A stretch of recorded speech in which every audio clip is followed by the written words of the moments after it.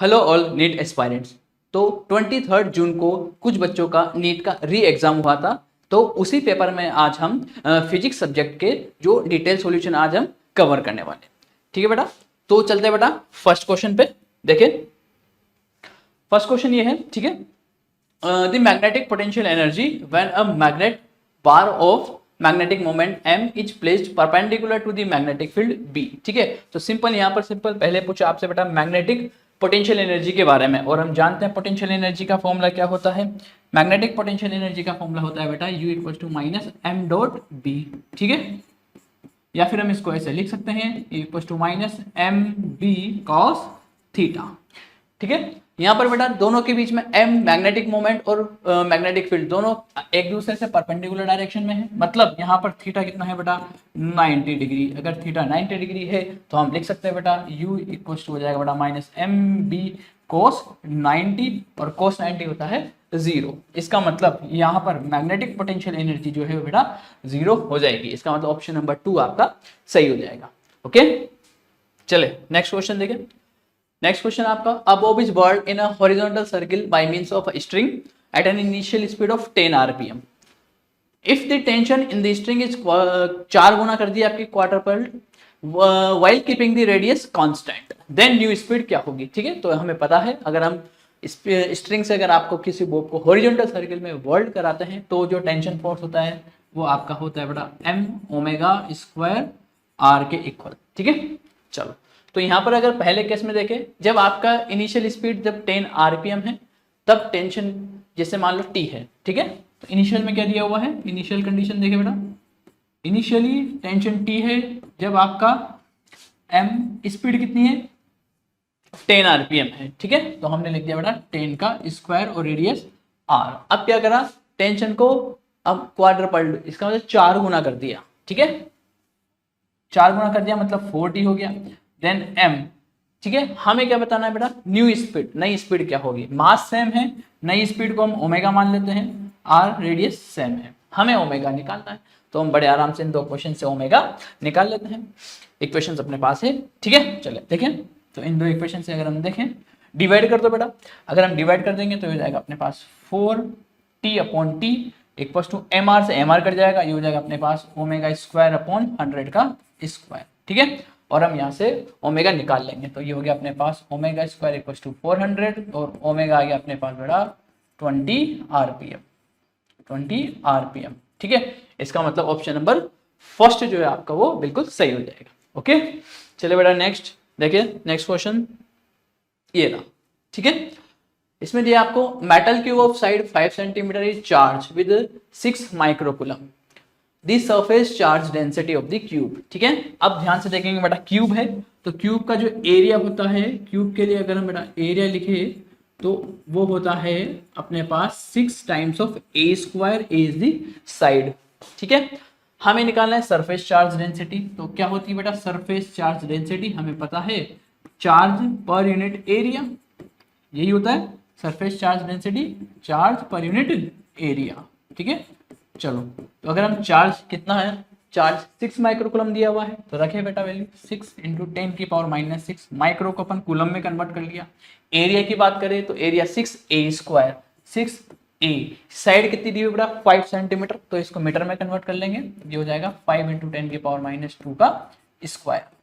ठीक है, इसको हम सोल्व करते हैं तो ये हो गया अपने पास 6 से 6 कैंसिल आउट, 1/25, और ये हो जाएगा 10 के पावर माइनस 4, और ऊपर चला जाएगा वो हो गया अपने पास 10 के power minus 2।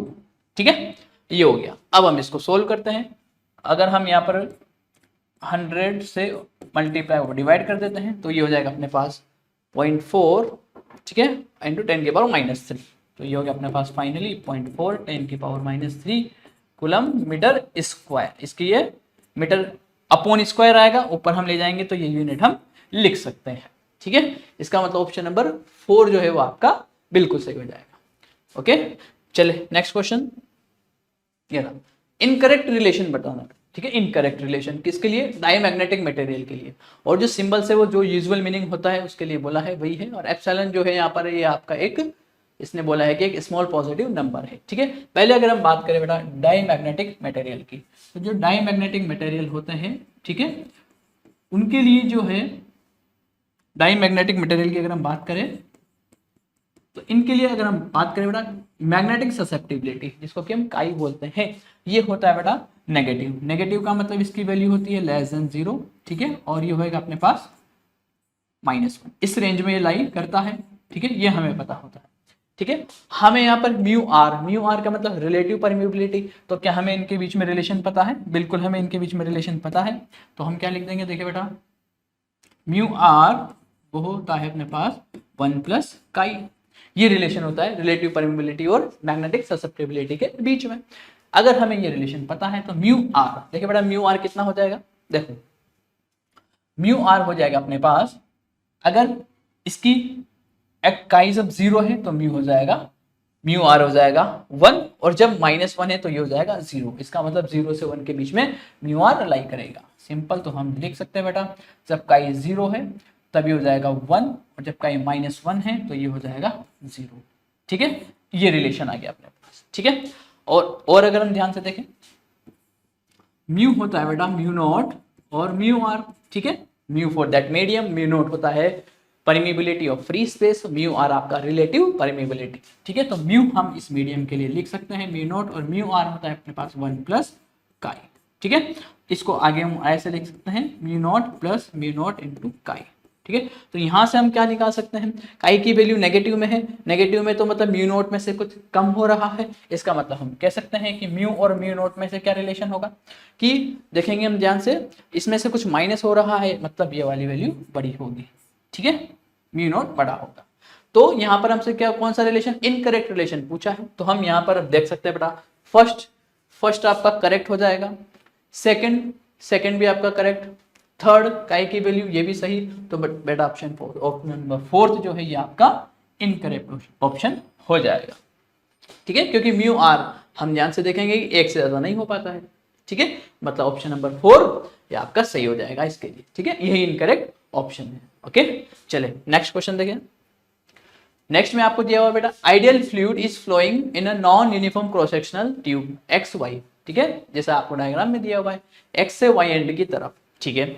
K1 and K2 are kinetic energy per unit volume of the fluid at x and y respectively, then correct option क्या है, यहाँ पर काइनेटिक एनर्जी बेटा K1 है, यहाँ K2 है, ठीक है।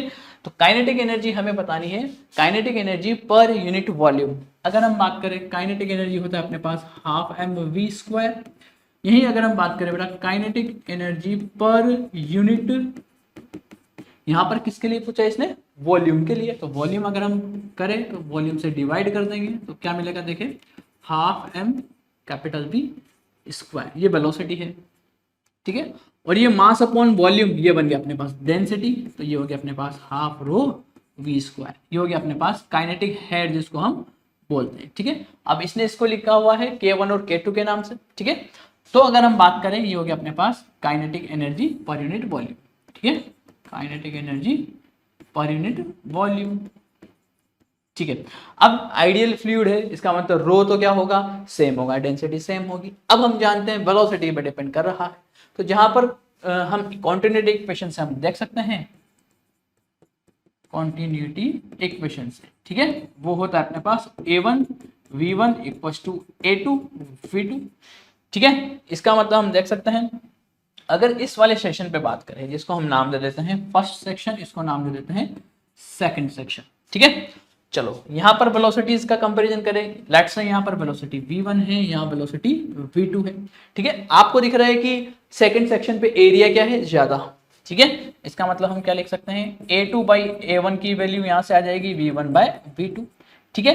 A2/A1, A2 is greater than A1, ठीक है, तो हम लिख सकते हैं यहाँ से A2 क्या है बेटा, A1 से ज्यादा है, इसका मतलब ये हो जाएगा कि V1 बड़ा हो जाएगा V2 से।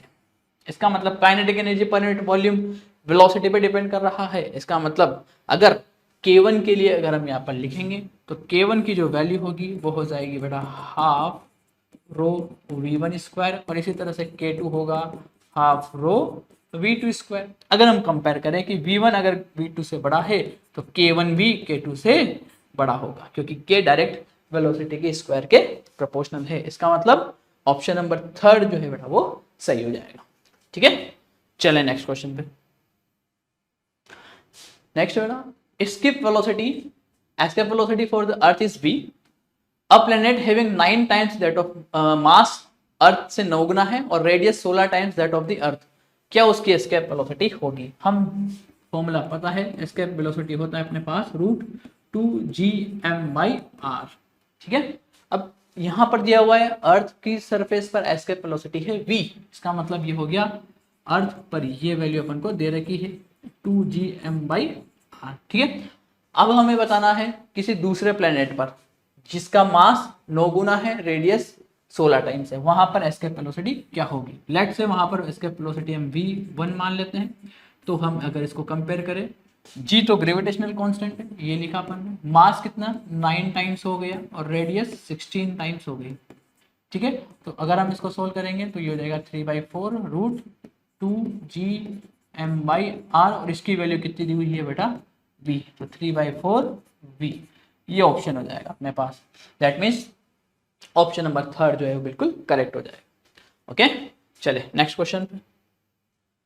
Next, electron and alpha particle are accelerated by the same potential difference lambda E and lambda alpha denote de Broglie wavelength of the electron and alpha particle.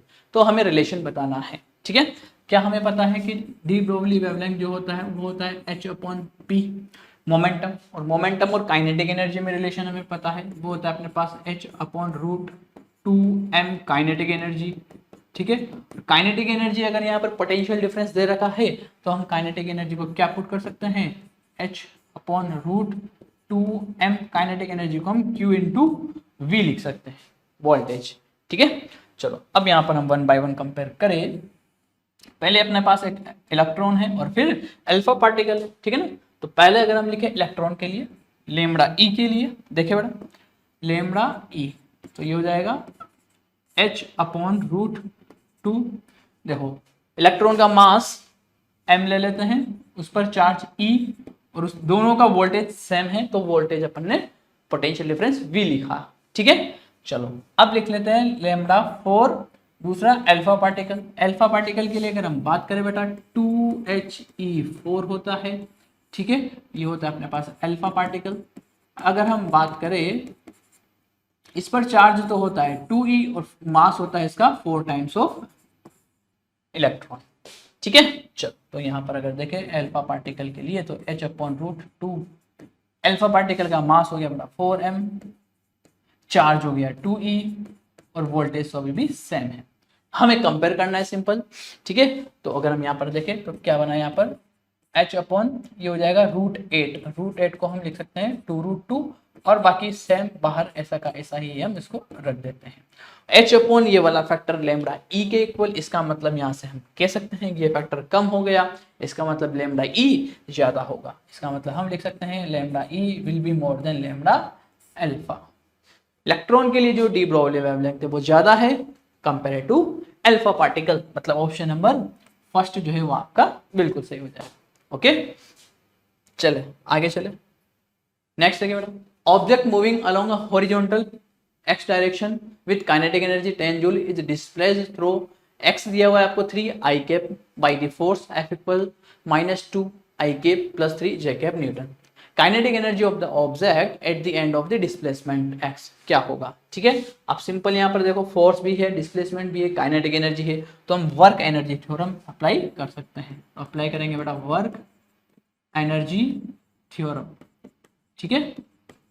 वो कहता है अपने पास जो वर्क डन होता है वो चेंज इन काइनेटिक एनर्जी के equal होता है।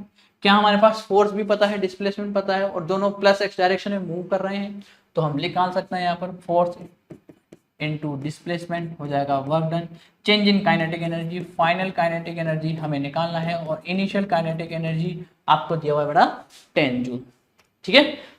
10 जूल आपको इनिशियल काइनेटिक एनर्जी दी हुई है। चलो क्या हम वर्क निकाल सकते हैं F डॉट डिस्प्लेसमेंट करके, तो अगर हम यहाँ पर डॉट प्रोडक्ट करेंगे यहाँ -2 i कैप, यहाँ पर 3 i कैप, तो हो जाएगा -6, इधर j कैप इधर है ही नहीं, displacement only in x direction में है तो वो तो 0 हो जाएगा। चलो फाइनल काइनेटिक एनर्जी हमें निकालना है माइनस इनिशियल काइनेटिक एनर्जी 10, तो फाइनल काइनेटिक एनर्जी कितना हो जाएगा, देखिए बेटा 10 - 6 मतलब 4 जूल। 4 जूल का मतलब ऑप्शन नंबर 3 जो है वो बिल्कुल सही हो जाएगा। ओके, चले आगे देखें। An object falls from a height of 10 meter above the ground. After striking the ground, it loses 50% of its kinetic energy. The height up to which object can rebound from the ground. ठीक है, देखिए बेटा, इसको अगर हम देखें किसी height से अगर ये गिर रहा है तो हम इसको ऐसा लिख सकते हैं। देखें, लेट्स से यहां पर है ये, ठीक है, ये रहा ऑब्जेक्ट यहां पर। फॉल से मतलब u0 है बेटा, height 10 metre above the ground, ये रहा। तो जब ये ग्राउंड पे आपके स्ट्राइक करेगा तो इसकी जो वेलोसिटी वो हम जानते हैं बेटा √2gh होगी। ठीक है, u0 फॉल्स हो रहा है तो ये आंसर आ जाएगा। क्या वेलोसिटी हो जाएगी हम निकाल सकते हैं, तो ये हो जाएगा अपने पास √2g की वैल्यू 10h ले लो बेटा, 10 दिया हुआ है। ठीक है, तो ये आ गया अपने पास वेलोसिटी। हमसे ये बोला है कि आफ्टर स्ट्राइकिंग, जैसे वो नीचे ग्राउंड पे स्ट्राइक करता है तो 50% इसकी जो काइनेटिक एनर्जी वो लॉस हो जाती है। इसका मतलब जब ये पार्टिकल यहाँ पहुंचेगा तो जो फाइनल काइनेटिक एनर्जी है वो 50% मतलब 1/2 ऑफ इनिशियल काइनेटिक एनर्जी है। ठीक है, और जब पार्टिकल यहाँ टकरा के वापस रीबाउंड होगा तब इसकी वेलोसिटी लेट्स आप v1 मान लेते हैं। ठीक है, इस v से तो ये टकरा रहा है। ठीक है, तो अगर फाइनल काइनेटिक एनर्जी लिखेंगे तो हो जाएगा हाफ m। फाइनल वेलोसिटी हमने मानी है टकराने के बाद v1, तो v1 का square that will be equal to half m, ये हो जाएगा हाफ तो है ही सही। ठीक है, 1/2 टाइम्स और ये काइनेटिक एनर्जी इनिशियल हो जाएगी half m v square. v square क्या हमें v की वैल्यू पता है √2gh, तो v स्क्वायर हो जाएगा अपने पास, यहाँ पर देखें ये हो जाएगा अपने पास 200 हो गया ये। ठीक है, तो यहाँ पर रख देते हैं। ठीक है, हमें क्या निकालना है, हमें निकालना है कि टकराने के बाद कितनी हाइट तक जाएगा, हमें वेलोसिटी निकालना है। तो हाफ से हाफ कट गया, m से m कट जाएगा, तो ये हो जाएगा अपने पास देखें v1 square is equal to half से हाफ कट गया हाफ और v स्क्वायर का मतलब 200। ठीक है, तो v1 आ गया अपने पास 10 मीटर पर सेकेंड, इसका मतलब 10 मीटर पर सेकेंड से वो ऊपर जाएगा। ठीक है, कहने का मतलब सिंपल इतना सा हो गया कि जब पार्टिकल स्ट्राइक करने के बाद वापस ऊपर जाएगा 10 मीटर पर सेकेंड से, तो ये कितनी हाइट तक जाएगा।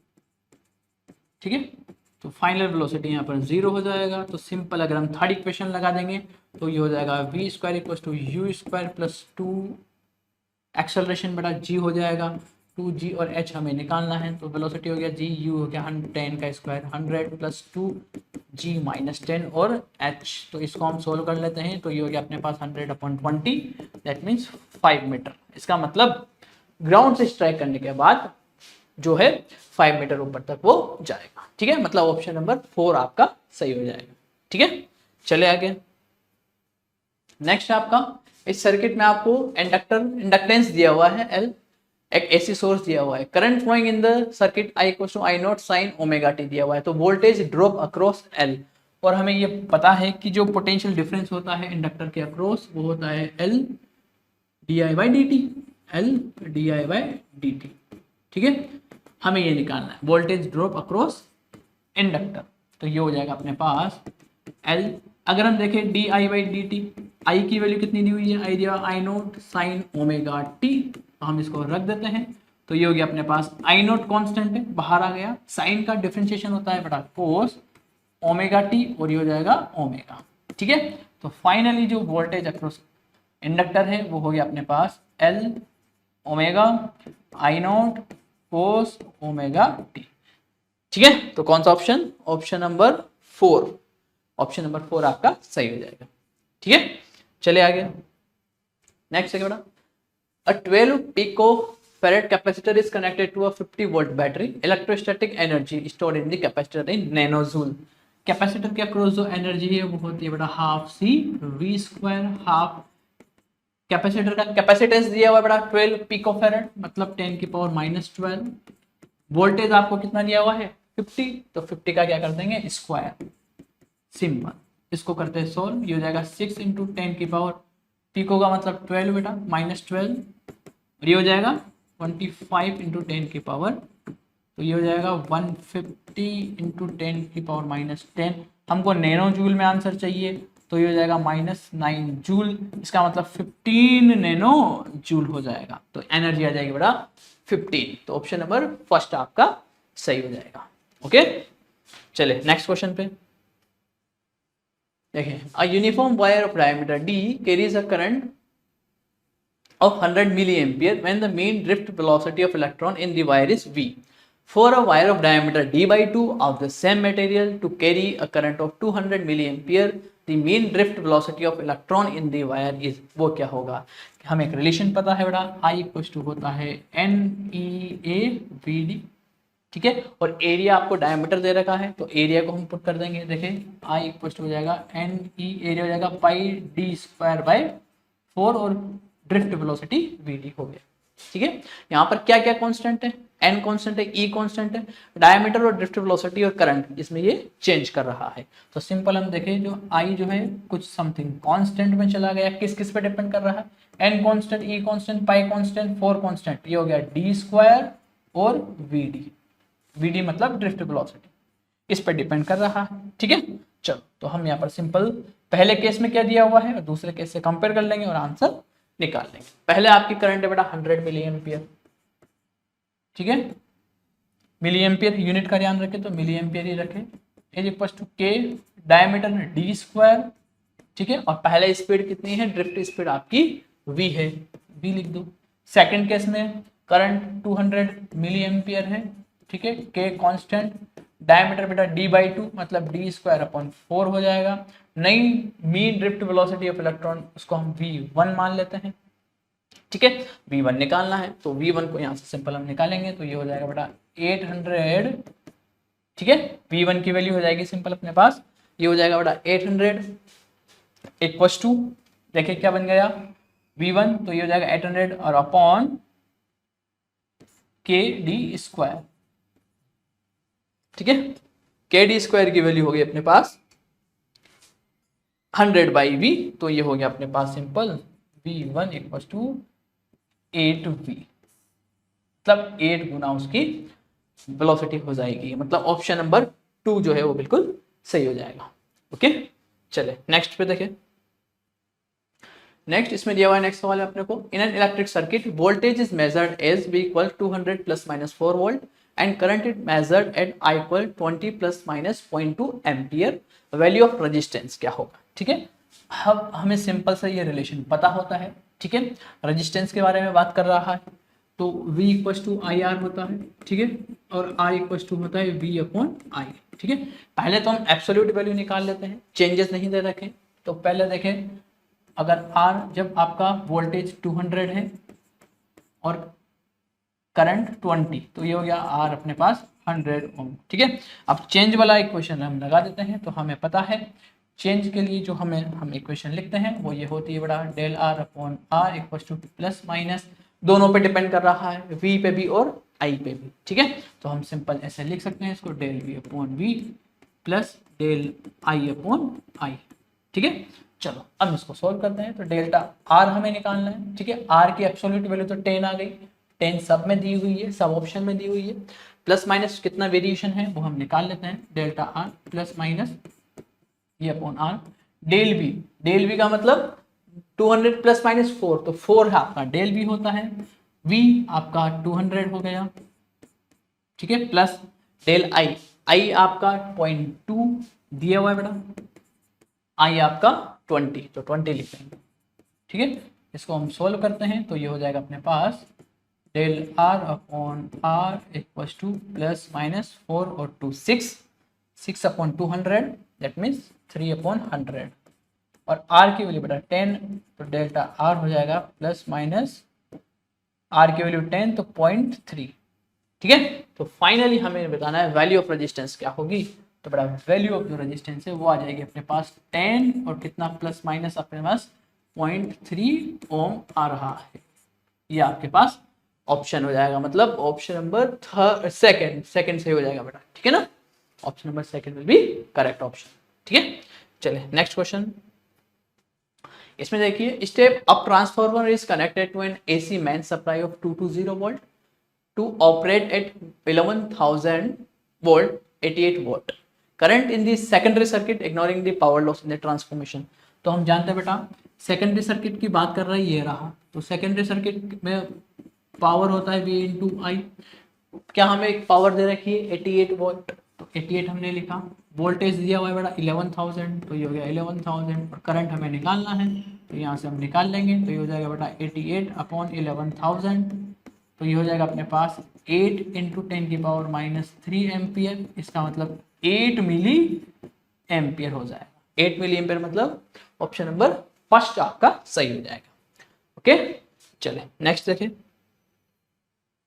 नेक्स्ट आपको दिया particle is moving along x axis with position, time के साथ वेरी कर रही है इस रिलेशन से। रेशियो ऑफ इनिशियल वेलोसिटी और इनिशियल एक्सेलरेशन। वेलोसिटी और एक्सेलरेशन इनिशियल का मतलब होता है t = 0 पर क्या वैल्यू है। ठीक है, तो सिंपल हम वैल्यू निकाल लेते हैं बड़ा। देखें हमें पोजीशन वेरी कर रही है इस रिलेशन के साथ। क्या दिया हुआ है, देखें हमको दिया हुआ है x = alpha t⁴ plus beta t² plus gamma t plus delta. ठीक है, वेलोसिटी निकालने के लिए क्या करेंगे, इसको डिफरेंशिएट करते हैं dx/dt, तो वो हो जाएगा अपने पास 4α t³ plus 2βt plus gamma. Initial velocity का मतलब एट t = 0, ये हो गया अपने पास इनिशियल वेलोसिटी का मतलब। ठीक है, तो अगर t = 0 पुट करेंगे तो ये 0 0 गामा आ जाएगा अपने पास। ठीक है, इसी तरह क्या निकालेंगे, इनिशियल एक्सेलरेशन निकालेंगे। तो एक्सेलरेशन के लिए क्या करेंगे बेटा, ए होता है अपने पास dv/dt। ठीक है, dv ये हमारे पास वेलोसिटी का एक्सप्रेशन, इसको कर देते हैं डिफरेंशिएट, तो ये हो जाएगा अपने पास 12α t² प्लस 2β। ठीक है, प्लस 0 हो जाएगा कांस्टेंट। ऐसा हमें इनिशियल निकालना है t = 0 पर, तो 2β आ जाएगा। हमें इन दोनों का रेशियो निकालना है, तो वेलोसिटी और एक्सेलरेशन एट t = 0, ये हो जाएगा अपने पास गामा अपॉन 2β। गामा अपॉन 2β मतलब ऑप्शन नंबर 4 जो है बेटा बिल्कुल सही हो जाएगा। ठीक है, चले आगे। इसमें देखें radius of gyration of solid sphere of mass 5 kg about x y is 5 metre. Radius of sphere 5x/√7 दिया हुआ है, तो x की क्या वैल्यू होगी ये निकालना है। ठीक है, चलो तो हमें पता है कि सॉलिड स्फीयर है, तो हम यहाँ पर पैरेलल थ्योरम लगा लेते हैं, जो कि हो जाएगा अपने पास I, अगर हमें एक्स वाई निकालना है तो हो जाएगा ICM प्लस MD²। ठीक है, हमें IXXY निकालना, ICM होता है बेटा 2/5 MR² प्लस अगर हम देखें ICM ये रही है अपने पास। ठीक है, तो इन दोनों के बीच का डिस्टेंस हो जाएगा रेडियस के इक्वल, तो मतलब D हो गया अपने पास R के। IXY इसका मतलब यही तो हमारे पास टोटल क्या होता है, टोटल रेडियस ऑफ गायरेशन। ठीक है, तो मतलब अगर रेडियस ऑफ गायरेशन को हम K से लिखें तो हम इसको लिख देते हैं MK², और ये हो गया अपने पास 7/5 MR² के इक्वल। ठीक है, M से M कट गया, K हमारे पास आ जाएगा बेटा √7/√5 और R। ठीक है, अब क्या क्या दे रखा है हमको रेडियस ऑफ गायरेशन दे रखा है 5 मीटर। ठीक है, तो इसकी वैल्यू दे रखी है बेटा 5, तो ये हो गया 5 = √7/√5। और हमें क्या निकालना है, रेडियस ऑफ द स्फीयर मतलब R निकालना है, तो R का एक्सप्रेशन अपने पास आ रहा है बेटा 5√5। ठीक है, और डिवाइड बाय √7। इसका एक्सप्रेशन को कंपेयर कर लेना है अपने को किससे, गिवन एक्सप्रेशन से। गिवन क्या दिया हुआ है अपने को 5x/√7, तो x को अगर कंपेयर करेंगे तो x आ गया अपने पास √5 आ गया। इसका मतलब ऑप्शन नंबर जो 4 है वो बिल्कुल सही हो जाएगा। ठीक है, चले नेक्स्ट देखें। नेक्स्ट में देखो ये वापस इस तरह का सवाल पहले भी पूछा गया था, वापस इन्होंने पूछा है IV कैरेक्टरिस्टिक्स शॉन। बस यहाँ पर इन्होंने एक्सिस चेंज कर दी बेटा। देखो हम जैसे कि सोलर सेल के लिए जो हम बनाते थे, ठीक है, तो यहाँ पर IV कैरेक्टरिस्टिक्स इधर होता था बेटा, I इधर होता था वोल्ट, तो वो इस तरह का ग्राफ आता था। ठीक है, मतलब वोल्टेज वाली एक्सिस को प्लस पे कट कर रहा है, एम्पियर को माइनस वाली पे, एम्पियर वाली को माइनस पे कट कर रहा है, वोल्टेज वाली को प्लस पे कन्वर्ट कर रहा है। तो सोलर सेल के लिए ऐसा ये ग्राफ बनता था। ठीक है, इसका मतलब ये किसके लिए दिखा रहा है, सोलर सेल के लिए दिखाएगा। ठीक है, मतलब ऑप्शन नंबर 4 आपका करेक्ट हो जाएगा। चले आगे देखें। चलो देखो अगेन इस पे फॉर्मूला पे बेस्ड पहले भी पूछा था, अगेन इन्होंने पूछा है। मैग्नेटिक मोमेंट और इनर्शिया हमको दिया हुआ है मैग्नेटिक नीडल का। ठीक है, कंप्लीट्स 10 ऑक्सीलेशन इन 10 सेकेंड, तो मैग्नीट्यूड ऑफ मैग्नेटिक फील्ड क्या होगा? क्या हम 10 ऑक्सीलेशन इन 10 सेकेंड, इसका मतलब टाइम पीरियड हो जाएगा 1 सेकेंड। ठीक है, तो ये हो जाएगा t equals to 2 pi root, और फॉर्मूला होता है बेटा I upon M B. Time period हो गया 1 सेकेंड, तो 2 पाई रूट। अब देखें I is the moment of inertia, moment of inertia इन्होंने देखे दिया हुआ है अपने को 10 to the power 6 upon pi square. ठीक है, फिर अपने पास बचा m, मोमेंट कितना दिया हुआ है 1 इंटू 10 की पावर -2, तो ये हो गया -2। और b हमें निकालना है मैग्नीट्यूड ऑफ मैग्नेटिक फील्ड। इसको सॉल्व कर लेते हैं, स्क्वायर करते हैं सबसे पहले तो बेटा। ठीक है, अगर हम स्क्वायर करते हैं तो ये हो जाएगा अपने पास 4 पाई स्क्वायर, 10 की पावर ये हो जाएगा अपने पास, ऊपर गया तो ये 10 की पावर 8, उसका स्क्वायर हो गया डिवाइड बाई पाई स्क्वायर। ठीक है, b की वैल्यू निकालना तो स्क्वायर कर दिया हमने, तो 4 पाई स्क्वायर बचा। ठीक है, ये हो जाएगा, इसको अगर हम सोल्व करें तो ये हो जाएगा 10 की पावर 6 और ये 10 की पावर -2, तो ये हो जाएगा अपने पास 10 टू द पावर 8। ठीक है, ऊपर गया तो ये 10 टू द पावर 8 हो गया। ठीक है, और ये नीचे अपने पास पाई स्क्वायर। ठीक है, चलो हमें किस में वैल्यू निकालना है, ध्यान से देखेंगे। देखो बेटा 10 की पावर -6 सही है, ध्यान से देखेंगे -6। ठीक है, तो ये -6 है, तो ये हो जाएगा अपने पास फाइनली अगर हम देखें 10 टू द पावर -6, तो ये हो गया अपने पास -6 प्लस 2 मतलब -4। ठीक है, पाई स्क्वायर से पाई स्क्वायर कट जाएगा, तो ये हो जाएगा 4 इंटू 10 की पावर -4, मतलब ये हो गया अपने पास 0.4 10 टू द पावर -3 टेस्ला, और हम इसको 0.4 मिली टेस्ला भी लिख सकते हैं। मतलब मैग्नीट्यूड आ गया बेटा अपने पास 0.4 मिली टेस्ला, जो कि ऑप्शन नंबर थर्ड आपका सही हो जाएगा।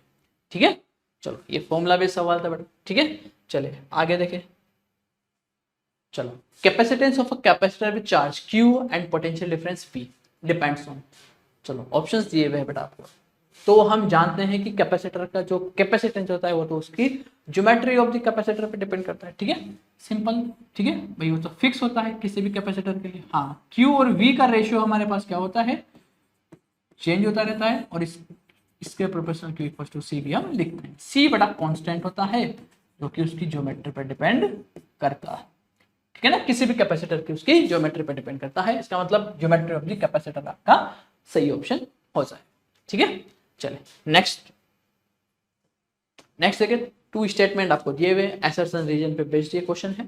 देखिए, image formation needs regular reflection और रिफ्रैक्शन, बिल्कुल सही है। इमेज अगर हमें बनाना है तो हमें क्या करना चाहिए, या तो दो रिफ्लेक्टेड या रिफ्रैक्टेड रे का इंटरसेक्शन चाहिए, तो फर्स्ट ऑप्शन सही ही है। सेकंड की बात कर लेते हैं, the variety in colour of objects we see around us is due to the constitutes colours of the light incident on them. बेटा कलर्स तो क्या हमें कैसे दिखता है कि जो इंसिडेंट ऑब्जेक्ट जो होते हैं, कुछ कलर्स की वेवलेंथ होती है, तो उनको तो कुछ को तो एब्जॉर्ब करते हैं, और जो रिमेनिंग है उनको इमिट करते हैं, रेडिएट करते हैं, और जो रिफ्लेक्ट करते हैं वही कलर में दिखाई देता है। ठीक है ना, तो वेवलेंथ एक फैक्टर होता है, ऐसा कुछ यहाँ पर ये फैक्टर नहीं होता है। इसका मतलब ये तो सही है बट ये आपका गलत है। इसका मतलब स्टेटमेंट 1 तो करेक्ट है, स्टेटमेंट सेकंड इज इनकरेक्ट, मतलब ऑप्शन नंबर फर्स्ट जो है वो आपका बिल्कुल सही हो जाएगा। ओके, चलिए नेक्स्ट देखें। नेक्स्ट में आप देखें बेटा, uniform metal wire of length L has 10 ohm resistance. Now this wire is stretched to length 2L and then bent to form a perfect circle. The equivalent resistance across any arbitrary diameter of this circle. देखिए बेटा, ये थोड़ा सा अच्छा question है। ठीक है ना, ये थोड़ा बढ़िया क्वेश्चन है, इसको देखते हैं। पहले तो क्या दिया हुआ है, देखिए बेटा, पहले आपको दिया हुआ है जब L लेंथ है तो रेजिस्टेंस है बेटा R, और ये आपको दिया हुआ है 10 ओम। ठीक है, और हम जानते हैं R resistance rho L upon A होता है। ठीक है, अब जब भी स्ट्रेचिंग करिए तो स्ट्रेच करने पर बेटा वॉल्यूम सेम रहेगा, लेंथ चेंज होगी, तो हम क्या करते हैं, इस एक्सप्रेशन को L से मल्टीप्लाई डिवाइड करते हैं, तो नीचे क्या बन जाता है बेटा, ऊपर तो बन गया अपने पास रो L स्क्वायर, और नीचे एरिया इंटू लेंथ मतलब वॉल्यूम बन गया, तो ये कांस्टेंट हो गया। तो रेजिस्टेंस जो है वो लेंथ के स्क्वायर के प्रोपोर्शनल है। अब लेंथ क्या कर दी बेटा 2L, देखेंगे बेटा लेंथ को क्या कर दिया डबल, तो रेजिस्टेंस क्या हो जाएगा, देखिए लेंथ को उसने कर दिया बेटा 12 तो रेजिस्टेंस अगर R है तो वो स्क्वायर के प्रोपोर्शनल है, मतलब 4R स्क्वायर, 4R हो जाएगा, 4 टाइम्स हो जाएगा। ठीक है, कहने का मतलब इसकी वैल्यू जब 10 ओम है तो ये अब 4 टाइम्स मतलब 40 ओम हो जाएगी।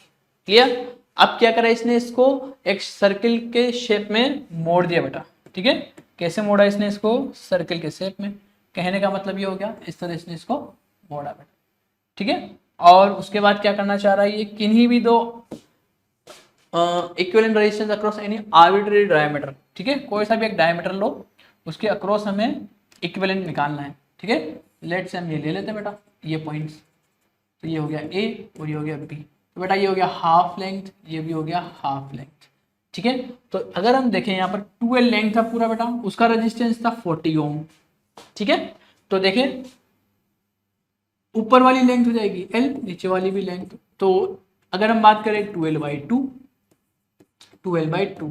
ठीक है, यहाँ पर बेटा और किसी तरह का कोई स्ट्रेचिंग नहीं है, यहाँ पर सब कुछ सेम है। तो रेजिस्टेंस हम देखें बेटा लेंथ के प्रोपोर्शनेट होता है, R = रो L/A।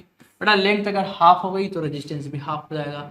ऊपर वाले पार्ट का रेजिस्टेंस हो गया बेटा पूरा 40 था, तो ये हो जाएगा 40/2 हो जाएगा बेटा 40/2 मतलब 20 ओम। इसी तरह नीचे वाले का हो जाएगा बेटा 40/2 मतलब 20 ओम। और ये 20 और 20 दोनों बेटा पैरेलल में है, तो अगर पैरेलल में है तो R इक्विवेलेंट हो जाएगा बेटा 1/R equivalent = 1/20 plus 1/20। Parallel combination में है। ठीक है बेटा, दोनों किस में है, ये पैरेलल में है। अगर ऐसा पैरेलल कॉम्बिनेशन बना तो हम लिख सकते हैं फाइनली 2/20 मतलब 10 ओम। इक्विवेलेंट रेजिस्टेंस जो है बेटा वो आपका 10 ओम का, मतलब ऑप्शन नंबर फर्स्ट आपका करेक्ट हो जाएगा। ओके, चलिए नेक्स्ट देखें। इसमें दिया हुआ spectral series with corresponds to the electronic transactions from the levels 5, 6 से 4। चलो ये तो हमें पता है बेटा कि जब आपका ट्रांजिशंस होता है, ठीक है, एक लेवल से दूसरे लेवल तक, ठीक है, तो जो आपका वैल्यूज या फिर सीरीज बनती है, डिफरेंट डिफरेंट हाइड्रोजन स्पेक्ट्रम अपन को मिलता है, उसके करस्पॉन्डिंग जो आपका लाइंस मिलती है उसको तो हम जानते हैं बेटा। ठीक है, थ्योरेटिकली एस्पेक्ट से अगर हम देखें, ठीक है, अगर 1, 2, 3, 4, 5 बेटा अगर ट्रांजेक्शन 1 में होता है तो वो होता है आपका लाइमन।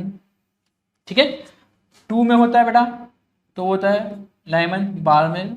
ठीक है, 3rd में होता है लाइमन बार्मेल पास्चन होता है बेटा। ठीक है, और फिर अगर 4th में जा रहा है बेटा, कहीं से ऊपर से अगर 4th में आता है तो वो होता है आपका ब्रैकेट। ठीक है बेटा, कौन सा होता है वो, ब्रैकेट सीरीज में जाता है। इसका मतलब n = 4 में तो ब्रैकेट सीरीज, इसका मतलब ऑप्शन नंबर 2 है, बिल्कुल करेक्ट हो जाएगा। ठीक है, बिल्कुल इजी सा क्वेश्चन था ये बेटा। ठीक है, चलिए देखें नेक्स्ट देखिए बेटा, अगेन 2 स्टेटमेंट आपको दिए हुए हैं। पहला दिया हुआ है house made of a concrete roofs overlaid with foam keep the room hotter during summer. पहले इसकी बात करें बेटा, ठीक है, बिल्कुल सही। कंक्रीट जो होता है उसका स्ट्रक्चर ऐसा होता है कि उसमें आसानी से हीट ट्रांसफर एक्सचेंज नहीं हो पाती है, इसीलिए जो सन होता है उसका टेम्परेचर की वजह से थोड़ा गर्म हो जाता है, हॉट हो जाता है, तो समर में आपके वो जो रूम है वो बेटा हॉट रहता है। चलो ये तो ठीक है, एसर्शन आपका ठीक है। रीजन की बात कर लेते हैं, layer of foam insulation prohibits heat transfer as it contains air pockets. बिल्कुल सही, हीट ट्रांसफर को प्रोहिबिट कर देता है, इस वजह से वो हॉट का हॉट बना रहता है। इसका मतलब ये वाला ऑप्शन भी सही हो जाएगा। इसका मतलब एसर्शन और रीजन सही है, और reason is the correct explanation of A. तो यहाँ पर बेटा ऑप्शन नंबर हो जाएगा अपने पास 3rd, बिल्कुल करेक्ट हो जाएगा। ओके, चले नेक्स्ट देखें। Next a particle executing SHM with amplitude A had same potential और kinetic energy at the displacement. हमें रिलेशन पता है बेटा काइनेटिक एनर्जी और पोटेंशियल एनर्जी के बीच में। ठीक है, काइनेटिक एनर्जी का एक्सप्रेशन होता है ½ k A² - x²।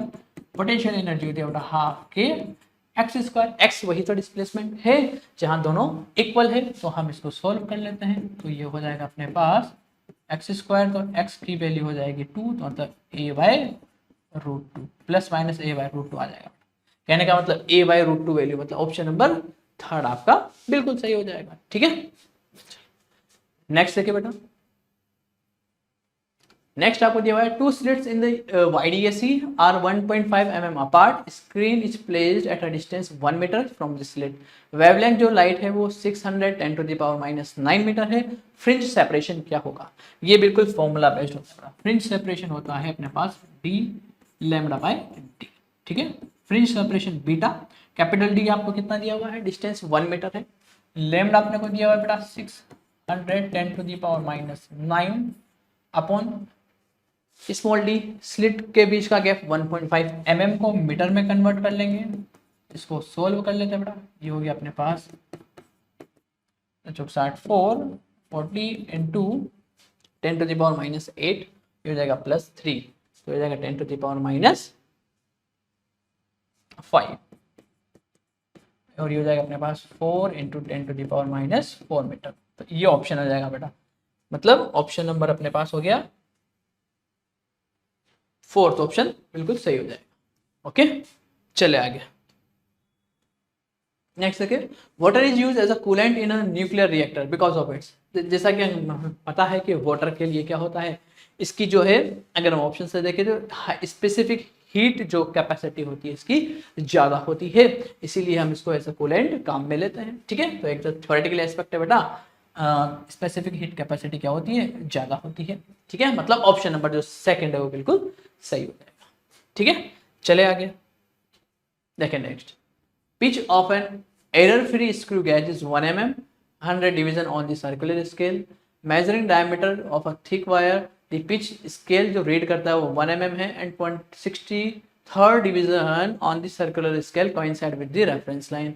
Diameter of the wire क्या होगा? ठीक है, चलो तो रीडिंग के लिए अगर हमें निकालना होता है तो सबसे पहले बेटा हम देखें कि रीडिंग का जो फॉर्मूला होता है, ठीक है, वो होता है मैन स्केल रीडिंग, जो आपका मैन स्केल है.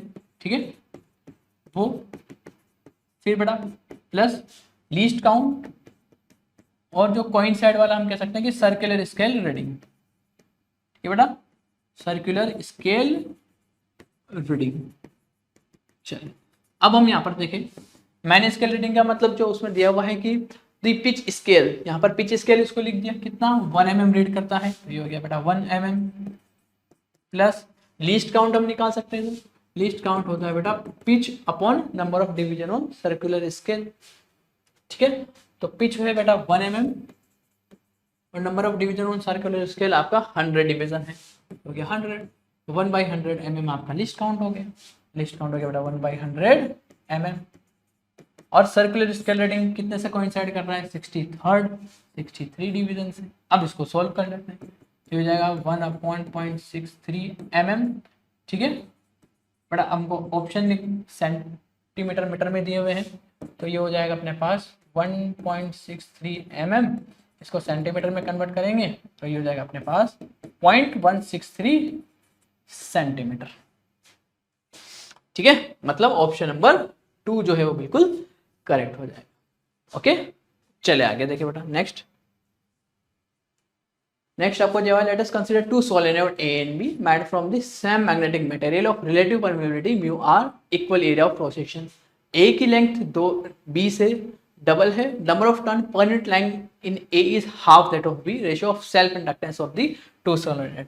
हमें सेल्फ इंडक्टेंस का फॉर्मूला पता होता है बेटा म्यू नॉट N स्क्वायर और पाई R स्क्वायर L. ठीक है, एरिया सेम है, म्यू नॉट सेम है, एन और लेंथ अलग अलग है. ठीक है, तो पहले सोलेनॉइड के लिए देखिए बेटा, तो ये हो गया म्यू नॉट, लेट से उसके पास एन स्क्वायर और एरिया उसकी लेंथ एल. ठीक है, ओके, इसको हम लिख देते हैं N A L A. B के लिए भी हम लिखे बेटा तो म्यू नॉट एन बी का स्क्वायर, एरिया दोनों का सेम है, लेंथ बी. हमें रेशो निकालना है, डिवाइड कर देते हैं, बेटा, तो ये हो जाएगा L A upon L B. देखो डिवाइड करेंगे तो हमारे पास आ जाएगा एन ए का स्क्वायर अपॉन एन बी का square L A upon L B. देखो पहले तो लेंथ ए की जो है वो 2 से डबल है, मतलब लेंथ हो जाएगा 2:1, और number of turn per unit length मतलब n हो गया, वो a में हाफ है b का, मतलब 1/2 का स्क्वायर.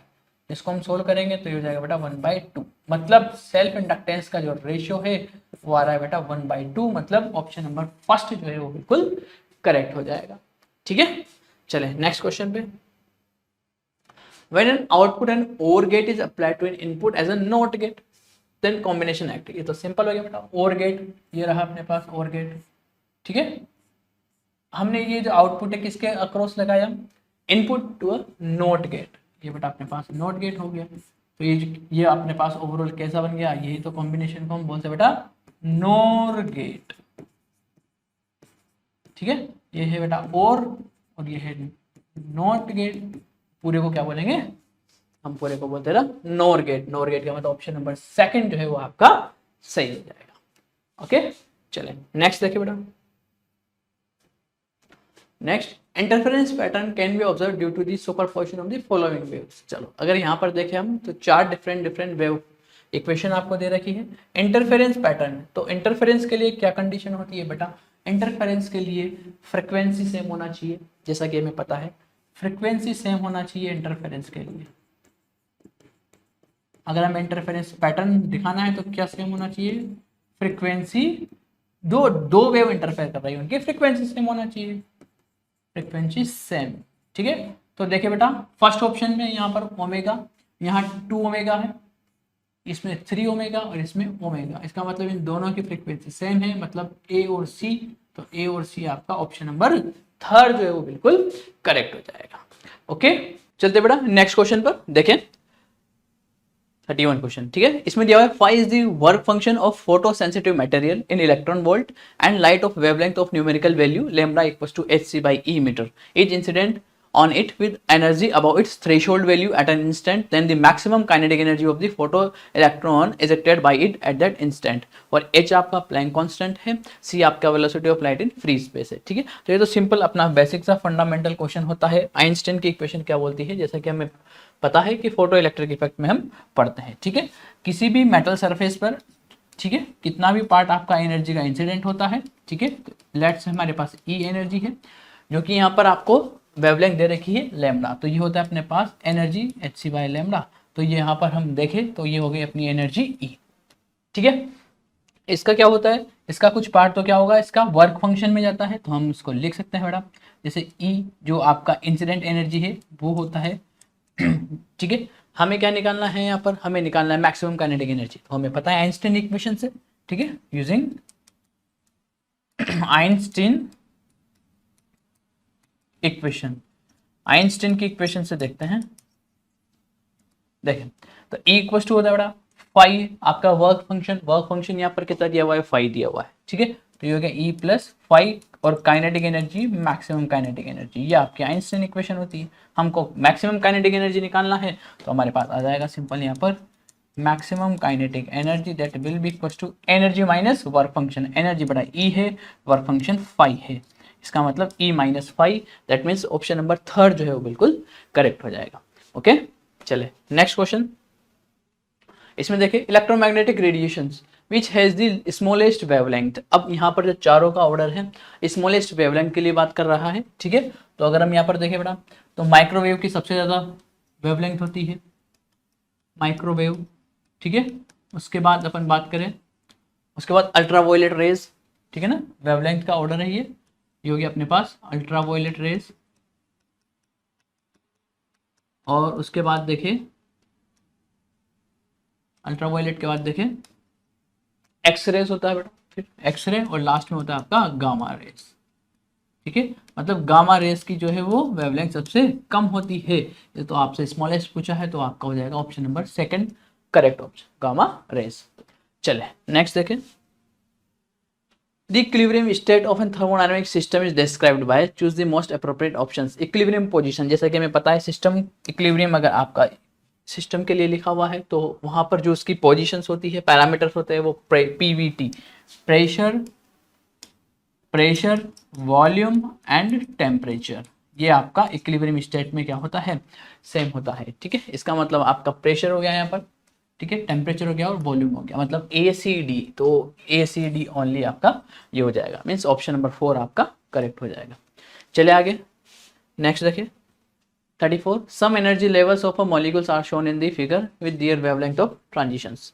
तो आपको ट्रांजिशंस हो रहे हैं और वहां पर एनर्जी लेवल दे रखा है, तो हमें पता है कि जब वो आपका एनर्जी लेवल दिया हुआ है तब जो आपका हम एनर्जी डिफरेंस होता है वो hc/λ के इक्वल होता है। ठीक है, तो पहला अगर अपन देखें जैसे λ1 के लिए अपन क्या लिख सकते हैं, देखिए बड़ा λ1 तो एनर्जी में डिफरेंस कितना है, λ1 यहाँ से यहाँ आ रहा है -5/2e, इसको हम लिख सकते हैं -2.5e और 4e पे जा रहा है, तो डिफरेंस हो गया 1.5e का।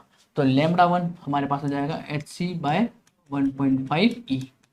इसी तरह λ2 को क्या लिख सकते हैं, देखिए λ2 का मतलब 2e से 3e, तो डिफरेंस हो गया e का, तो हमने इसको लिख लिया hc/e।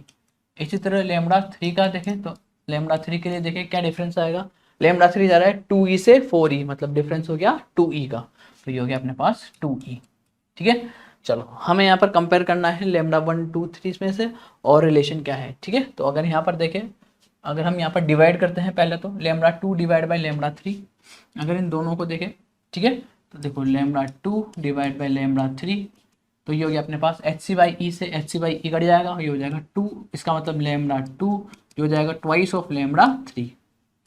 क्लियर, इसका मतलब एक रिलेशन तो ये मिल गया। λ1 ट्वाइस ऑफ λ2 है क्या, ऐसा तो नहीं है। λ1 4 λ2 ऐसा भी नहीं है। ठीक है, λ2 आपका 2 टाइम्स ऑफ λ3 हो गया, और λ1 और 2 में क्या रिलेशन देखें, अगर हम यहाँ पर देखें कौन बड़ा है। ठीक है, तो अगर हम यहाँ पर देखें इन दोनों से हम कह सकते हैं ये तो 1.5 का मतलब हो जाएगा 3/2। ठीक है, तो हम इसको ऐसे लिख सकते हैं hc/e और हो जाएगा 2/3। ठीक है, इसका मतलब यहाँ पर देखें हम तो λ2 ज़्यादा हो जाएगा λ1 से। ठीक है, तो λ2 ग्रेटर देन λ1, दैट मीन्स आपका इस यहाँ पर ऑप्शन नंबर जो 4 है वो बिल्कुल सही हो जाएगा। ओके, चले next. Box of mass 5 kg is pulled by a cord up along a frictionless plane inclined at 30 degree with the horizontal। ठीक है, टेंशन इन दी कॉर्ड आपको दिया हुआ है, हमें निकालना एक्सेलरेशन क्या होगा। ठीक है, हमें इंक्लाइन प्लेन पे ये आपका 30 डिग्री एंगल ऑफ इंक्लाइनेशन आपको मेंशन है। ठीक है, एक ब्लॉक को अपन ऊपर की तरफ मूव कर रहे हैं, जो टेंशन है वो आपको 30 न्यूटन दिया हुआ है, जो मास है ये ब्लॉक का आपको 5 kg दिया हुआ है। ठीक है, अगर हम इसका एफबीडी बनाएंगे तो ये हो जाएगा बेटा 5g cos 30 और इधर हो जाएगा ये 5g sin 30। ठीक है, ये हो गया 50/2 दैट मीन्स 25। तो एक्सेलरेशन हो जाएगा बेटा F net equals to ma, ऊपर की तरफ जाएगा 30 ऊपर और 25 नीचे, तो Newton's law along the incline plane, तो हमारे पास नेट फोर्स आ रहा है 30 ऊपर 25 नीचे इक्वल्स टू m इंटू ए, मास बड़ा 5 है, एक्सेलरेशन a। हम इसको सोल्व करते हैं तो 5/5 दैट मीन्स एक्सेलरेशन आ जाएगा 1 मीटर पर सेकंड स्क्वायर। इसका मतलब ऑप्शन नंबर 4 बिल्कुल सही हो जाएगा। ओके, चले आगे देखें नेक्स्ट 36 नंबर। चलो ये बढ़िया क्वेश्चन है बेटा, देखिए इसको आराम से पढ़े। Ratio of relative permeability and relative permittivity of a uniform medium is 1/4। कहने का मतलब रिलेटिव परमिएबिलिटी, इसका मतलब म्यू आर आपको दिया हुआ है। ठीक है, और डिवाइडेड बाय रिलेटिव परमिटिविटी मतलब एप्सिलॉन आर, ये रेशियो आपको दिया हुआ है 1/4 का। हमें निकालना है ratio of magnitudes of electric field intensity E to the magnetic field intensity H। बेटा मैग्नेटिक फील्ड नहीं है, बी नहीं है, एच के बारे में निकालना है। ठीक है, अच्छे से पढ़ना है क्वेश्चन को। Of an electromagnetic wave provided in that medium. ठीक है, चलो तो हमें जनरली रिलेशन पता होता है इलेक्ट्रोमैग्नेटिक वेव के लिए कि जो होता है हम ऐसा लिख सकते हैं बेटा, देखें इलेक्ट्रिक फील्ड जो होता है वो होता है B into speed in that medium. ठीक है, अब स्पीड अगर वैक्यूम में होता है तो हम इसको सी लिख देते हैं, और अगर मीडियम में पूछा है इन दैट मीडियम, तो मीडियम के लिए देखेंगे फॉर मीडियम के लिए हम क्या रिलेशन लिखते हैं, मीडियम के लिए हम लिखेंगे उस मीडियम में उसकी क्या स्पीड है, तो हमने लिख दिया v। हमें रिलेशन निकालना है E/b equals to v, v is the speed. ठीक है, चलो लेकिन हमें b और h में रिलेशन पता है क्या, बिल्कुल हम यहाँ पर क्या लिख सकते हैं कि b बराबर जो होता है वो होता है बेटा म्यू इंटू एच। ठीक है ना, B equals to mu times of H is the यहाँ पर मैग्नेटिक फील्ड इंटेंसिटी है। ठीक है, हम यहाँ पर वैल्यू रखते हैं, तो E/B की जगह हमने रख दिया mu into H equals to V। Speed के लिए क्या फॉर्मूला है, अगर स्पीड का हम देखें बेटा यहाँ पर देखें तो स्पीड जो होता है वो होता है 1/√m एप्सिलॉन और जो आपका होता है म्यू और ई, ये अपने पास स्पीड का फॉर्मूला होता है, ठीक है ना। ये क्या होता है, स्पीड इन दैट मीडियम का फॉर्मूला है, ठीक है। हमें यहाँ पर देखें इसको हम कैसे लिख सकते हैं, तो ये हो जाएगा v इक्वल टू 1/रूट म्यू की जगह हम लिख सकते हैं mu not epsilon, mu nought mu R, epsilon की जगह लिख सकते हैं एप्सिलॉन नॉट एप्सिलॉन आर, ठीक है। हमें यहाँ पर किसका रेशियो दिया हुआ है, देखें mu R upon epsilon R, तो हम यहाँ से लिख सकते हैं एप्सिलॉन आर जो है वो 4 टाइम्स ऑफ म्यू आर हो जाएगा, ठीक। चलो तो इस पर देखिए बेटा कितनी आ जाएगी, 1/रूट म्यू नॉट रूट, हम लिख सकते हैं एप्सिलॉन आर की जगह 4 टाइम्स ऑफ म्यू आर, तो इसकी जगह हम रख देते हैं 4 टाइम्स ऑफ म्यू आर, ठीक है। ये म्यू आर ऐसा कैसा ही, एप्सिलॉन नॉट ऐसा कैसा ही, और इसकी जगह हमने रख दिया 4 टाइम्स ऑफ म्यू आर, ठीक है। तो हम इसको सोल्व करते हैं, आगे देखें ये बन गया अपने पास, देखें 1/रूट तो म्यू नॉट म्यू आर और म्यू आर का स्क्वायर, तो रूट से आ जाएगा बाहर, 4 भी बाहर आ जाएगा तो 2 हो जाएगा, ठीक है। अगर हम इसको लिखें क्या बाहर आएगा, जो बच रहा है तो 2 और म्यू आर तो आ गया बाहर, और अंदर रहा अपने पास रूट म्यू नॉट, ठीक है। और यहाँ पर देखें एप्सिलॉन, रूट के अंदर एप्सिलॉन नॉट रह गया, ठीक है। म्यू आर को हम क्या लिख सकते हैं बेटा, mu R is the relative, mu R is a relative permeability, तो इसको हम लिख सकते हैं म्यू आर को, म्यू आर होता है अपने पास म्यू अपॉन म्यू नॉट, ठीक है ना, ये होता है, तो हम इसको यहाँ पर रख देते हैं। तो ये देखिए v अपने पास स्पीड जो आ जाएगा हो जाएगा 1/2, म्यू आर को हमने रख दिया म्यू अपॉन म्यू नॉट, ये root mu not epsilon not, ठीक है। ये 1/म्यू नॉट से ही mu not root mu not times cancel out, ऊपर चला जाएगा, ठीक है। तो ये बन गया अपने पास फाइनली v जो आ गया 1/2 म्यू और root mu nought upon epsilon nought, ये एक्सप्रेशन आपको दे रखा है 120 पाई, ठीक है ना। ये एक्सप्रेशन आपको दे रखा है 120 पाई, इसका मतलब ये हो जाएगा 120 पाई। इस एक्सप्रेशन को हम यहाँ पर रख देते हैं और उसको सॉल्व कर लेते हैं, ठीक है बेटा। चलो तो ये हो गया अपने पास e upon mu h equals to v की जगह देखें 120 पाई अपॉन 2 म्यू, म्यू से म्यू कैंसिल, हमें चाहिए e अपॉन h, वो आ गया अपने पास 60 पाई अपॉन 1, ये आंसर आ गया अपने पास। इसका मतलब ऑप्शन नंबर 3 जो है वो बिल्कुल करेक्ट हो जाएगा, ओके। चले next question, next question value of electric potential at a distance of 9 centimetre from point charge. Simple potential का फॉर्मूला होता है के क्यू बाई आर, के की वैल्यू आपको मेंशन है 9 × 10⁻⁹ 9, चार्ज आपको मेंशन है 4 × 10⁻⁷, और आर आपको दिया हुआ है डिस्टेंस 9 सेंटीमीटर, ये हो गया 9 × 10⁻², ठीक है। 9 से 9 कट गया, ये हो गया अपने पास 4 × 10⁴ वोल्ट, ये हो गया अपने पास पोटेंशियल। इसका मतलब ऑप्शन नंबर 4 जो है बिल्कुल करेक्ट हो जाएगा। चले आगे, displacement of a travelling wave, आपको डिस्प्लेसमेंट इक्वेशन दे रखी है, ठीक है। Then the frequency of the wave, चलो तो साइन ओमेगा टी, अगर यहाँ पर टी का कोफिशिएंट देखेंगे तो हो गया अपने पास 2π/λ × a, ये सारा का सारा एक्सप्रेशन होगा अपने पास ओमेगा का, ठीक है ना। जनरल इक्वेशन होती है अपने पास, अगर हम जनरल इक्वेशन लिखे तो ये होती है अपने पास y equals to a sine omega T minus K X, T का कोफिशिएंट ओमेगा, कंपेयर करेंगे तो ओमेगा का एक्सप्रेशन निकल के आएगा अपने पास 2π/, देखे 2π/λ और यहाँ से a, क्या पूछा अपन से फ्रीक्वेंसी, तो फ्रीक्वेंसी को हम ओमेगा को किसके इक्वल पुट कर देंगे 2π/f के इक्वल, 2π से 2π कट जाएगा तो फ्रीक्वेंसी अपने पास आ जाएगा a/λ, a/λ का मतलब a/λ आ गया, मतलब ऑप्शन नंबर जो 4 है वो बिल्कुल करेक्ट हो जाएगा, ठीक है। a/λ निकालना था, ठीक है ना। चलो फिर ओमेगा की जगह 2π होता है, सिंपल एक्सप्रेशन, तो सोल्व कर लिया, a/λ हो गया। चले आगे 39, object of mass 100 kg falls from point A to B as shown in figure. चलो change in its weight corrected to the nearest integer, ठीक है, हमको नियरेस्ट वैल्यू निकालनी है बेटा, ठीक है।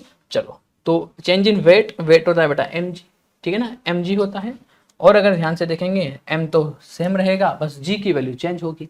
तो A पॉइंट से B पॉइंट पे आ रहा है, तो अगर हम बात करें सरफेस पे तो g होता है जिसकी वैल्यू आपको ये होता है, इसका एक्सप्रेशन होता है gm/re का स्क्वायर, ठीक है। इसकी वैल्यू आपको 10 मीटर पर सेकंड स्क्वायर दी हुई है, ठीक है। अब बात करते हैं ए पॉइंट पर, तो जी जो है ए पॉइंट पर कितना हो जाएगा, डिस्टेंस कितनी हो जाएगी 2re, तो अर्थ के सरफेस से हो जाएगा बेटा टोटल 2re प्लस re, मतलब 3re का होल स्क्वायर, मतलब 9re का स्क्वायर, मतलब ये हो जाएगा वैल्यू अपने पास g/9। ए पॉइंट पर ये वैल्यू आ गई। इसी तरह बी पॉइंट पर डिस्कस करते हैं, तो बी पॉइंट पर हो जाएगा gm, डिस्टेंस देखेंगे ये ऊपर से re/2 है, तो नीचे से कितना बचा 3/2 re, तो प्लस re मतलब 5/2 re, तो 5/2 मतलब 25 re का होल स्क्वायर अपॉन 2 मतलब 4, तो ये हो जाएगा 4/25 और g, ठीक है। ये बी पॉइंट पर अपने पास g की वैल्यू आ जाएगी। चलो, तो हमें चेंज इन वेट निकालना है, तो चेंज इन वेट हो जाएगा चेंज इन वेट, तो m तो कांस्टेंट होगा, acceleration due to gravity at B point minus acceleration due to gravity at A point, ठीक है। मास कितना दिया हुआ है 100, तो 100 हमने रखा। चलो ये देखो बी पॉइंट पर ये रहा वैल्यू 4/25 इंटू जी, माइनस ए पॉइंट पर है g/9, ठीक है।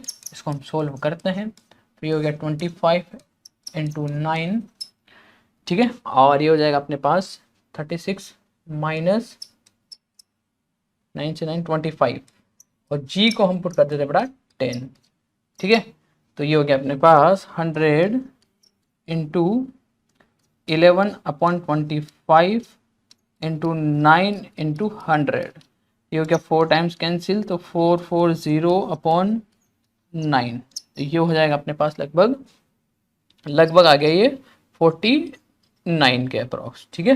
तो 49 ऑप्शन में भी है, लगभग अपने को अप्रॉक्स ये था, तो मतलब 49 न्यूटन, मतलब ऑप्शन नंबर फर्स्ट जो है वो बिल्कुल करेक्ट हो जाएगा, ठीक है। चले आगे, ठीक है, ये आपका ऑप्शन हो गया 49 न्यूटन इसका आंसर हो गया, ठीक है। चलिए नेक्स्ट देखिए, potential energy of a particle moving along x direction varies. Energy आपको इस तरह वेरी दे रखी है और डायमेंशंस के बीच में रिलेशन निकालना है, ठीक है। तो डायमेंशंस के लिए हमें एक रूल पता होता है कि हम सेम डायमेंशंस वाले वेरिएबल्स को ही ऐड और सब्ट्रैक्ट कर सकते हैं। तो रूट एक्स प्लस बी, इसका मतलब बी की जो डायमेंशन है वही होगी जो कि रूट एक्स का है। एक्स आपका यहाँ पर लेंथ वेरिएशन है, मीटर में है, इसका मतलब ये हो जाएगा mlt, तो ये हो जाएगा l की पावर हाफ, ये हो जाएगा अपने पास b की डायमेंशंस, ठीक है। अब हम यहाँ पर बात करते हैं ए एक्स स्क्वायर की, तो एनर्जी है बेटा, ठीक है। तो एनर्जी की बात करते हैं, तो वी एनर्जी की यूनिट होती है अपने पास, एनर्जी मतलब वर्क की जो यूनिट है, अगर हम देखें फोर्स इंटू डिस्प्लेसमेंट, तो हो गया अपने पास फोर्स हो गया मास इंटू एक्सेलरेशन, और डिस्प्लेसमेंट का मतलब मीटर, ठीक है। और ये यूनिट हमारे पास आ गई, ये इक्वल होना चाहिए डायमेंशंस के लिए ए इंटू एक्स स्क्वायर की यूनिट की, तो ये हो गया ए की यूनिट, ठीक है, और एक्स स्क्वायर का मतलब मीटर का स्क्वायर, ठीक है। यही हो गया एक्स स्क्वायर मतलब मीटर का स्क्वायर, तो मीटर स्क्वायर से मीटर स्क्वायर कट जाएगा, तो ए की जो डायमेंशन है वो आ जाएगी अपने पास, केजी का मतलब हो गया मास, ठीक है, m1 और m से तो कट ही गया, और ये हो जाएगा t की पावर -2, ये आ गया अपने पास।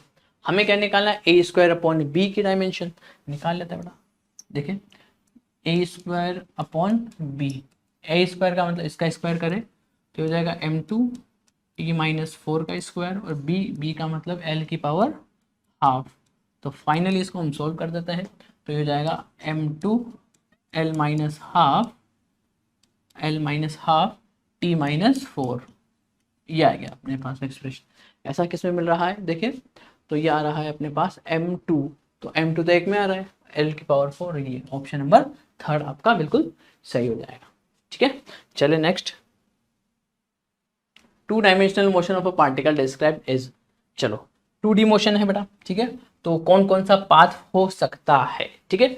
चलो तो यहाँ पर अगर सिंपल देखें कोस ओमेगा टी आ गया, अब कोस किस में आता है हम जानते हैं बेटा, एसएचएम की इक्वेशन क्या होती है, y equal a sin omega T, a सारा एम्पलीट्यूड है, अगर यहाँ पर आपका जो r है, ठीक है, अगर ये कोस का फंक्शन होता है, इस तरह का अगर ये फंक्शन होता है कोस या साइन का, तो वो जो इक्वेशन होती है वो आपकी होती है किसकी, एसएचएम की, ठीक है। बाकी आपको अगर यहाँ पर देखें कोस ओमेगा टी के बाद जो भी लिखा हुआ है, ठीक है, जैसे आर वेक्टर आपको लिखा हुआ है और उसके बाद एम्पलीट्यूड हो गया ए और आई प्लस 2j, ठीक है ना। तो ये सब एम्पलीट्यूड का पार्ट हो गया। कॉस और साइन का फंक्शन है तो SHM होगा, और अगर SHM है तो हर SHM का पीरियोडिक मोशन भी होता है, ठीक है। इसका मतलब ये हो गया पीरियोडिक भी है और SHM भी है, ना इलिप्टिकल है और ना पैराबोलिक है, मतलब COD। इसका मतलब ऑप्शन नंबर 4 जो है वो बिल्कुल करेक्ट हो जाएगा, ठीक है। चले नेक्स्ट देखें। A beam of unpolarized light of intensity I naught is passed through a Polaroid A, then through another Polaroid oriented at 60 degree, and finally through another Polaroid C oriented at 45 degree relative to P. तो emergent की intensity क्या होगी? पहले अगर unpolarise light polarisation से पास होगी तो intensity हो जाएगी बेटा हाफ I0/2, ठीक है। अब ये हो गया। अब जब ये इस पोलराइज से पास होगी तो मेलस लॉ हमें पता होता है, वो होता है अपने पास, अगर हम यहाँ पर लिखे IB, तो IB जो होगा इंटेंसिटी वो पहला कितना है I0/2, और वो होता है कॉस स्क्वायर एंगल आपको 60 डिग्री दिया हुआ है, मतलब ये हो गया cos 60 होता है 1/2 का स्क्वायर 1/4, तो ये हो जाएगा 4 × 2, तो I0/8 हो गया। अब हमें निकालना है फाइनल IC, तो IC हो जाता है बेटा IB और cos स्क्वायर एंगल 45 डिग्री, तो ये IB की वैल्यू है बेटा I0/8 cos स्क्वायर 45 डिग्री 1/√2 का स्क्वायर 1/2, तो ये हो जाएगा अपने पास I0/16 मतलब IC। ये हो गया I0/16 का मतलब ऑप्शन नंबर जो फर्स्ट है वो बिल्कुल करेक्ट हो जाएगा। ओके, चले नेक्स्ट देखें। Select the correct statement about the following. हमें यहाँ पर करेक्ट स्टेटमेंट बताना, ठीक है। पहला statement, slow neutrons can cause fission in uranium than fast neutrons, ठीक है। ध्यान देंगे कि हम रिएक्शंस में मॉडरेटर का काम, न्यूक्लियर रिएक्शंस में मॉडरेटर का काम लेते हैं ताकि स्पीड, न्यूक्लियॉन्स की जो स्पीड है उसको कम किया जा सके और इजीली आपका रिएक्ट हो पाए। इसका मतलब हम कह सकते हैं कि स्लो न्यूट्रॉन्स आपका, जिनको कि हम थर्मल न्यूट्रॉन भी बोलते हैं बेटा, ठीक है ना। तो थर्मल न्यूट्रॉन, स्लो न्यूट्रॉन्स आपका फिजन को काम ले सकते हैं, ठीक है। तो फर्स्ट ऑप्शन सही है, ए आपका सही हो गया।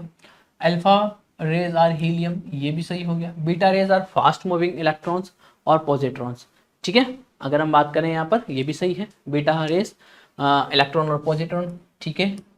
और बात करते हैं gamma rays are electromagnetic radiations of wavelength larger than x-ray.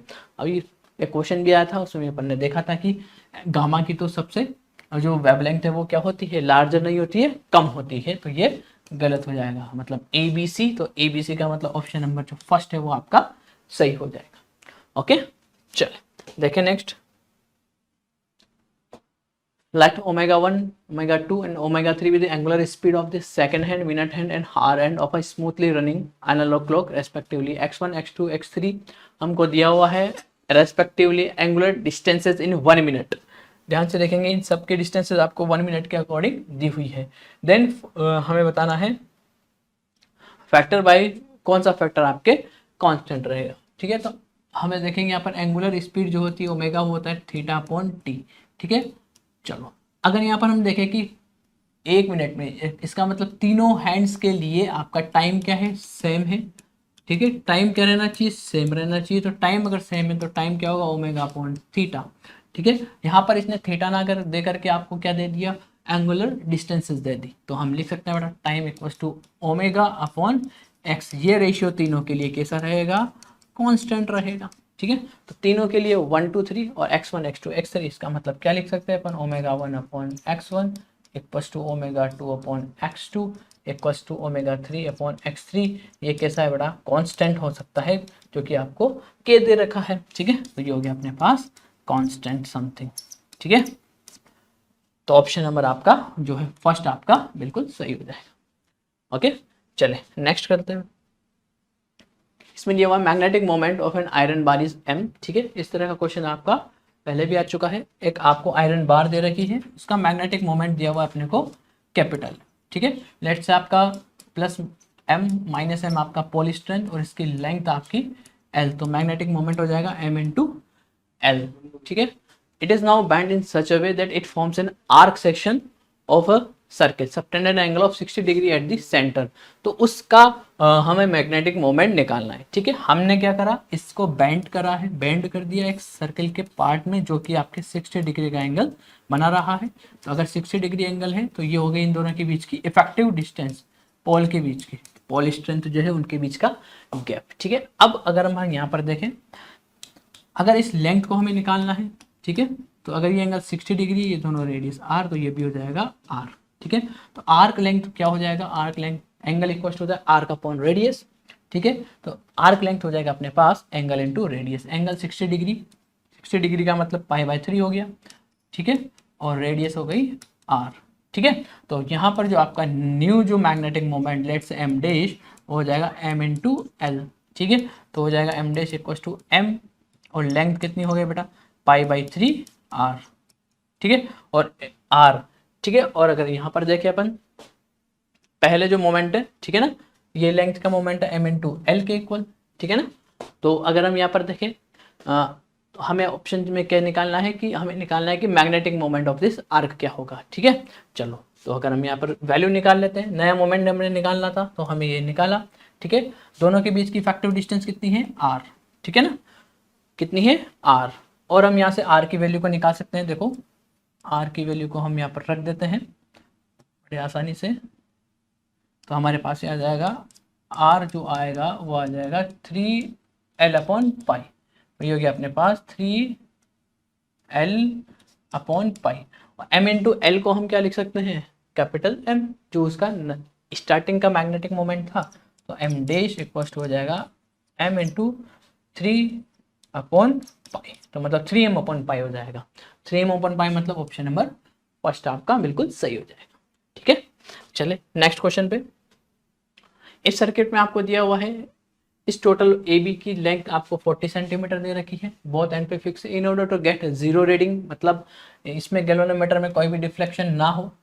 ठीक है, फ्री एंड ऑफ जे जो आपका है कहाँ पर बी से किस डिस्टेंस पे होना चाहिए, इसका मतलब ये एक्स निकालना है। टोटल लेंथ अगर 40 है तो रिमेनिंग हो जाएगी अपने पास 40 माइनस एक्स, और बैलेंसिंग कंडीशन हमें लगा दी है, तो उसके लिए रेशियो होता है अपने पास this upon this, this should be equals to this upon this, मतलब 12/x। बस यहाँ से x निकालना था, लेंथ निकालनी थी, इसको हम आराम से निकाल लेते हैं। ठीक है, हम इसको सोल्व कर लेते हैं, तो ये हो जाएगा अपने पास 2x is equal to 3 into 40 minus 3x, तो ये हो गया अपने पास 120, तो x इक्वल टू 120/5 मतलब 24 centimetre.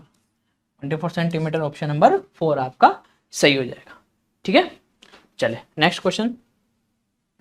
According to law of equipartition of energy, the number of vibrational modes of a polyatomic gas of constant gamma, Cp by Cv, Cp और Cv specific heat capacities of the gas at constant pressure and constant volume respectively।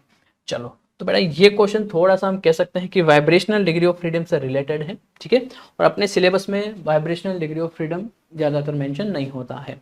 ठीक है, लेकिन हम फिर भी इसको अगर देखें, सबसे पहले तो वाइब्रेशनल मोड, ठीक है ना, तो हमें पता है या फिर नहीं पता, तो हम इसको कह सकते हैं कि थोड़ा सा ये आउट ऑफ सिलेबस क्वेश्चन जा रहा है। वन वाइब्रेशनल जो मोड है, ठीक है, उसमें आपके 2 डिग्री ऑफ फ्रीडम होते हैं। ठीक है ना, 2 डिग्री ऑफ फ्रीडम होते हैं। 2 कौन कौन से, एक करस्पॉन्डिंग आपका काइनेटिक एनर्जी के, एक दूसरा पोटेंशियल एनर्जी के करस्पॉन्डिंग होता है।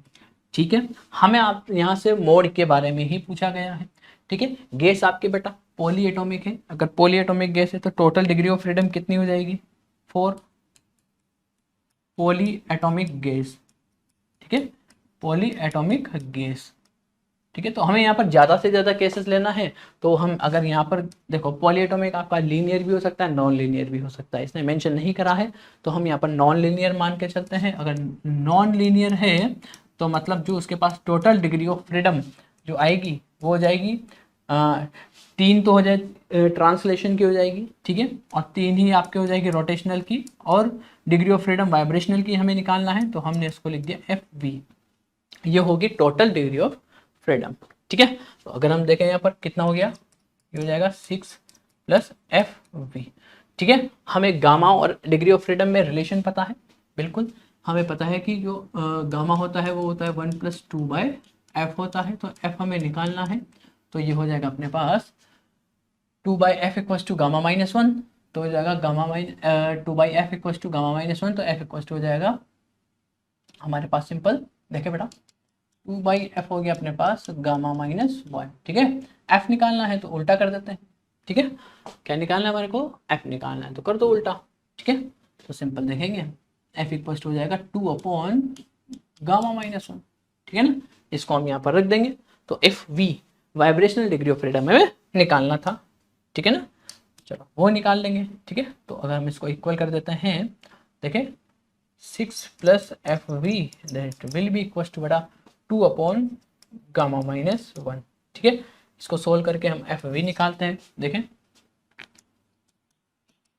FV हो जाएगा अपने पास 2 गामा माइनस 1 माइनस 6, तो FV हो गया अपने पास 2 - 6 gamma minus minus plus 6 upon gamma minus 1, और ये हो जाएगा एफ बी इक्व टू 8, 8 में से 2 हमने कॉमन ले लिया, तो हो जाएगा 4 - 3 गामा अपॉन गामा माइनस 1। लेकिन हमसे वाइब्रेशनल डिग्री ऑफ फ्रीडम नहीं पूछा है, हमसे पूछा है मोड, तो हम इसका क्या कर देंगे, हाफ कर देंगे। ठीक है ना, तो वाइब्रेशनल मोड जो होगा, ठीक है ना, इसका क्या हो जाएगा, हाफ। हाफ का मतलब हो जाएगा अपने पास 4 - 3 गामा अपॉन गामा माइनस 1। ठीक है, इसका मतलब ऑप्शन नंबर 3 जो है वो आपका सही हो जाएगा। ठीक है, तो ये हम कह सकते हैं कि ये अच्छा क्वेश्चन है। ठीक है ना, थोड़ा सा आउट ऑफ सिलेबस भी इसको काम कर सकते हैं। ठीक है ना, चले नेक्स्ट क्वेश्चन देखें। Output y of the input y and e, हमें y निकालना है, a और b आपका इनपुट दिया हुआ है। ठीक है, चलो तो इस तरह का क्वेश्चन आपसे काफ़ी बार पूछा है, दोनों इनपुट सेम है बेटा। ठीक है, और ये आपके पास कौन सा गेट है, ये हमारे पास नैंड गेट है, तो a का बार हो जाएगा।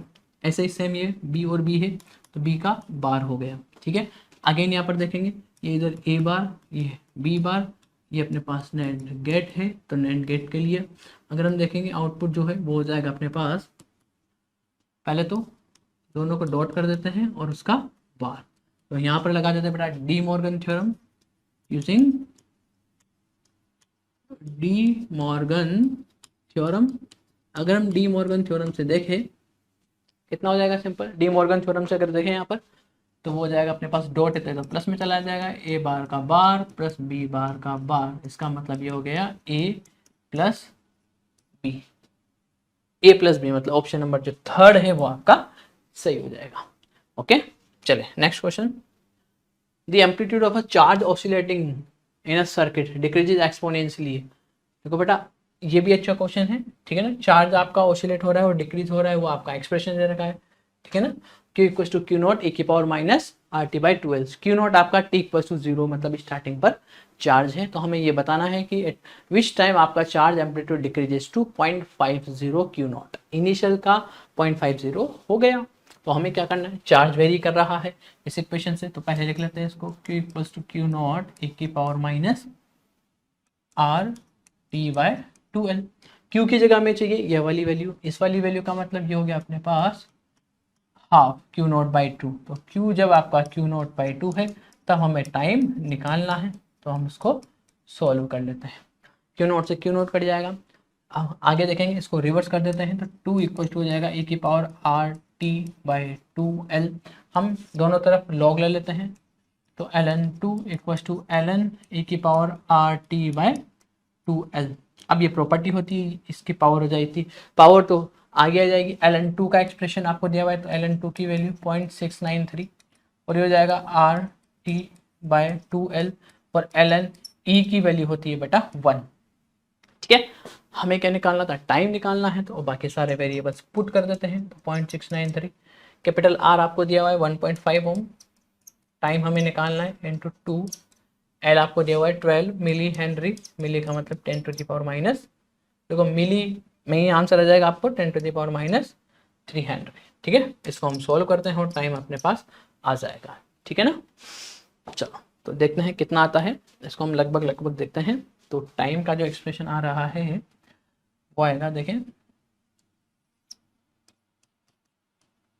टाइम कितना आ रहा है, देखें ये हो जाएगा 24 इंटू 0.693, ठीक है, इंटू 10⁻³ और अपॉन 1.5, ठीक है।